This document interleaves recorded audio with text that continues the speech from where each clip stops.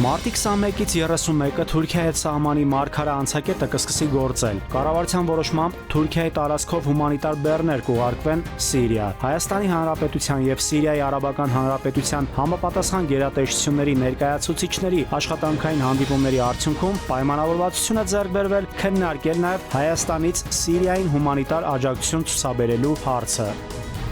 Ոստիկանությունում ծառայության անցնելու համար սահմանված վերին տարիքային սահմանափակումը կհանվի։ Գործող օրենքով 35 տարին լրացած անձին չեն կարող անցնել ծառայության։ Նոր օրենքով ոստիկանությունում ծառայության կանցնեն 18 տարին լրացած Հայաստանի այն քաղաքացիները, որոնք տիրապետում են հայերենին եւ իրենց կրթությամբ, ֆիզիկական պատրաստակամությամբ, առողջական վիճակով կարող են կատարել ոստիկանության գործառույթները։ Արական սեռի դիմորդների դեպքում կպահպանվի պարտադիր զինվորական ծառայություն անցած լինելու պահանջը։ Ներքին գործերի նախարարությունում ընդհանուր վարձատրության չափ, օրինակ միջին խմբի պաշտոնում նշանակվելու լեյտենանտ կոչում ստանալու եւ գերազանց ատեստավորվելու դեպքում 500,000 դրամ կլինի։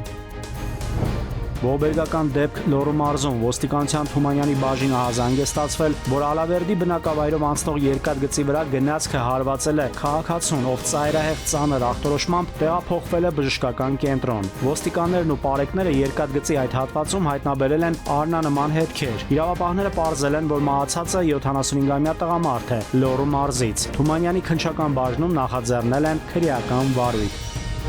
Կալանավորներին համապատասխան գերատեսչություններ եւ հիմնարկներ հասցնելիս ոչ միայն մարմնական վնասվածքներ գրանցելիս, այլ բոլոր դեպքերում նրանց բժշկական զննությունը պարտադիր կլինի։ Բերման ենթարկվածները պետք է բուժզննում անցնեն քննչական մեկուսարան տեղափոխվելուց հետո 3 ժամվա ընթացքում։ Ձերբակալվածները կարանտինային բաժանմունք տեղափոխվելուց ոչ ուշ քան 24 ժամ հետո։ Բացի այդ, լրացուցիչ երաշխիքի համար բուժզնմանը կարող է մասնակցել նաեւ ձերբակալված կամ կալանավորված անձի ընտրած բժիշկը։